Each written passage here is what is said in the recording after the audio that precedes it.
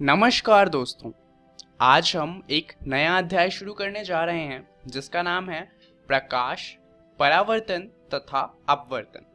अब जैसा कि नाम से पता चलता है, हम इसमें प्रकाश के बारे में पढ़ेंगे, प्रकाश के परावर्तन के बारे में पढ़ेंगे और प्रकाश के अपवर्तन के बारे में पढ़ेंगे। पर इन सभी के बारे में पढ़ने से पहले हमें प्रकाश के बारे में जानना ज़्यादा ज़रूरी हो जाता है। तो इसलिए ये जो वीडियो है ये एक इंट्रोडक्टरी वीडियो होगा जहाँ पर हम जानेंगे कि आखिर प्रकाश क्या है और वो काम कैसे करता है, हमारी मदद किस प्रकार करता है और इसके बारे में पढ़ना ज़रूरी क्यों है। तो चलिए जानते हैं कि इस वीडियो में हम क्या जानने वाले हैं। सबसे पहले हम बात करेंगे प्रकाश की, उसके बाद हम बात करेंगे परावर्तन की और उसके बाद हम जानेंगे गोलीय दर्पण के बारे में कि आखिर गोलीय दर्पण क्या होता है। शुरुआत करते हैं प्रकाश से। तो जैसा कि हम जानते हैं, पृथ्वी पर सूर्य ऊर्जा का एक परम स्रोत है। प्रकाश ऊर्जा भी सूर्य से हमें काफी हद तक मिलती है। जैसा कि हम जानते हैं, सूर्य से हमें दो ऊर्जा मिलती है, एक तो मिलती है ताप ऊर्जा और दूसरी मिलती है प्रकाश ऊर्जा। तो हमारा ज्यादातर जो प्रकाश होता है वो हमें सूर्य से ही मिलता है। जैसा कि हम जानते हैं, दिन सूर्य की वजह से होते हैं, परंतु सूर्य एक इकलौता प्रकाश का सोर्स नहीं है। इसके अलावा भी हमारे पास प्रकाश के सोर्स हैं, जैसे कि हमारे घर में लगे हुए बल्ब। पर इनको जलाने के लिए हमें विद्युत की आवश्यकता होती है, क्योंकि ये बल्ब विद्युत को एक स्रोत के रूप में इस्तेमाल करते हैं और उस विद्युत की मदद से हमें प्रकाश देते हैं। अब चलिए एक सेकंड के लिए ऐसा अज्यूम करते हैं कि प्रकाश हो ही ना, तो क्या होगा। अगर प्रकाश हो ही ना तो आप इस वीडियो को नहीं देख सकते, आपको सिर्फ अंधेरा दिखाई देगा, हर जगह सिर्फ काला रंग नजर आएगा। ऐसा इसलिए होगा क्योंकि हमारी देखने में मदद करता है प्रकाश। तो सवाल ये है कि आखिर हम अंधेरे में देख क्यों नहीं सकते, और अगर प्रकाश हमारी मदद करता है तो प्रकाश हमारी देखने में मदद करता कैसे है। क्या आपके पास इसका कोई उत्तर है? जरा सोचिए। चलिए उत्तर जानते हैं। दरअसल मान लीजिए कोई प्रकाश का सोर्स है, जैसे कि एक बल्ब। तो उससे क्या होगा कि प्रकाश की बहुत सारी किरणें निकलेंगी। मान लीजिए कि एक सेब रखा हुआ था, तो क्या होगा, प्रकाश की किरणें उस सेब पर भी आएंगी।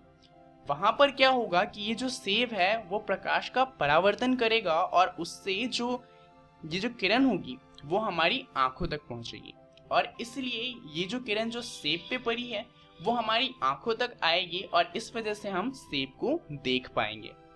अब जब अंधेरा होता है, यानी कि जब प्रकाश की किरणें नहीं होती, तो जो सेब होता है उसके पास कोई भी किरण होती ही नहीं परावर्तन के लिए, और इसलिए सेब से कोई किरण परावर्तित नहीं होती और हमारी आंखों तक कोई रोशनी नहीं पहुंचती, और इसीलिए अंधेरे में हम कुछ देख नहीं पाते। ये कारण है कि हम अंधेरे में देख नहीं सकते।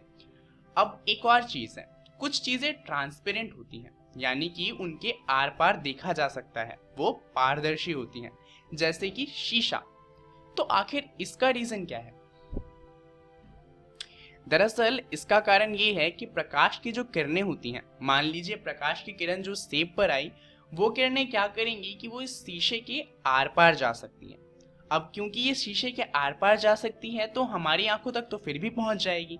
अब क्योंकि ये प्रकाश का परावर्तन सेब ने किया था तो हमारे आंखों तक जो रोशनी पहुंचेगी उससे हमें सेब दिखाई देगा, और क्योंकि बीच में शीशा है और फिर भी हम सेब देख सकते हैं, हम ये मान लेते हैं कि जो शीशा है वो पारदर्शी होता है। और यही कारण है किसी चीज के पारदर्शी होने का, क्योंकि जितनी भी चीजें पारदर्शी होती हैं उनसे जो प्रकाश की किरणें होती हैं वो दूसरी तरफ जा सकती हैं। चलिए अब जानते हैं परावर्तन के बारे में। सवाल है कि क्या सभी वस्तुएं प्रकाश का समान रूप से परावर्तन करती हैं? जरा सोचिए। दरअसल इसका सीधा सा आंसर है नहीं।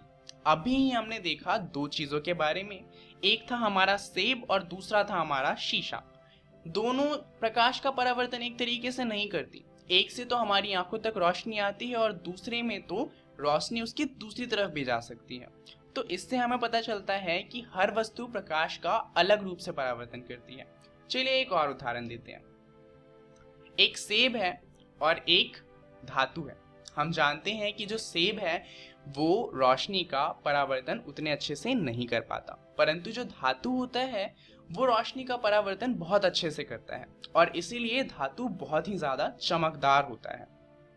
चमकदार धातुओं की बात करी है तो सबसे चमकदार धातुओं में एक धातु है सिल्वर, और ये इतना ज़्यादा चमकदार होता है कि हम इसे शीशा बनाने के लिए इस्तेमाल करते हैं। इससे हम कई तरह के शीशे बना सकते हैं, जैसे कि यहाँ पर उदाहरण दिया हुआ है समतल दर्पण का। दरअसल हम जितने भी तरह के दर्पण बनाते हैं उन सभी में हम सिल्वर का इस्तेमाल करते हैं, क्योंकि सिल्वर बहुत ही अच्छे से परावर्तन करता है और इसलिए उसके अंदर जो प्रतिबिंब दिखता है वो काफ़ी हद तक बिंब के बराबर होता है और इसीलिए वो परावर्तन काफ़ी अच्छे से कर पाते हैं और उनका इस्तेमाल किया जाता है दर्पण बनाने के लिए। अब चलिए परावर्तन के कुछ नियमों को जानते हैं। प्रकाश के परावर्तन का पहला नियम है आपतन कोण परावर्तन कोण के बराबर होता है। अब आपतन कोण और परावर्तन कोण क्या होते हैं, इसे जानने से पहले हमें ये जानना होगा कि आपतित किरण और परावर्तित किरण क्या होती है। अब आपतित किरण वो किरण होती है जो सोर्स से आई है, जैसे कि मान लीजिए बल्ब से जो रोशनी निकलती है वो आपतित किरण कही जा सकती है। आपतित किरण वो किरण होती है जिसका परावर्तन अभी होना है, तो आपतित किरण आएगी दर्पण पे और उसका परावर्तन होगा और उससे बनेगी परावर्तित किरण। अब आपतित किरण जिस पॉइंट पर दर्पण से टकराएगी उस पॉइंट पर अगर हम एक परपेंडिकुलर खींचें तो उसे कहा जाता है अभिलंब। अब अभिलंब और आपतित किरण के बीच में जो कोण बनता है उसे कहा जाता है आपतन कोण, और अभिलंब और परावर्तित किरण के बीच में जो कोण बनता है उसे कहा जाता है परावर्तन कोण। और ये जो आपतन कोण और परावर्तन कोण होते हैं ये हमेशा बराबर होते हैं परावर्तन में। इसका दूसरा नियम है कि आपतित किरण, अभिलंब तथा परावर्तित किरण सभी एक ही तल में होते हैं। अब इसका मतलब ये है कि आपतित किरण, अभिलंब और परावर्तित किरण जो हैं वो तीनों मिलकर एक 2D इमेज बनाते हैं और इसीलिए वो तीनों ही एक ही तल में होंगे। चलिए अब जानते हैं आभासी और वास्तविक में अंतर। दरअसल जो प्रतिबिंब शीशे के अंदर दिखाई देते हैं उन्हें कहा जाता है आभासी, और जो शीशे के बाहर बनते हैं उन्हें कहा जाता है वास्तविक। उदाहरण के लिए समतल दर्पण जो होता है वो हमेशा आभासी प्रतिबिंब बनाता है, क्योंकि हम जानते हैं जब हम दर्पण के आगे खड़े होते हैं तो समतल दर्पण में क्या होता है कि हमें हमारा प्रतिबिंब शीशे के अंदर दिखाई देता है। जब इस तरह का प्रतिबिंब बनता है जो शीशे के अंदर हो उसे कहा जाता है आभासी, परंतु अगर वो प्रतिबिंब शीशे से बाहर बनता है और हम उसे किसी पेपर पे देख सकते हैं तो उसे कहा जाता है वास्तविक। अब ये जो होता है ये कभी भी समतल दर्पण में नहीं होता, ये होता है गोलीय दर्पण में। गोलीय दर्पण दो प्रकार के होते हैं, एक होता है अवतल दर्पण जो कि अंदर की तरफ मुड़ा हुआ होता है और दूसरा होता है उत्तल दर्पण जो बाहर की तरफ उभरा हुआ होता है। चलिए जानते हैं कि ये बनते कैसे हैं। दरअसल गोलीय दर्पण वह दर्पण है जिसमें एक गोलाकार सतह से कटे हुए टुकड़े के आकार होते हैं। उदाहरण के लिए ये एक गोलीय दर्पण है। मान लीजिए हमारे पास एक शीशे की बॉल है और अगर हम इसे दोनों तरफ से काट दें तो हमारे पास कुछ इस तरह का शीशा बच जाएगा। अगर हम इन दोनों शीशों से दर्पण बनाएं तो जो दर्पण बनेंगे वो गोलीय दर्पण कहलाएंगे।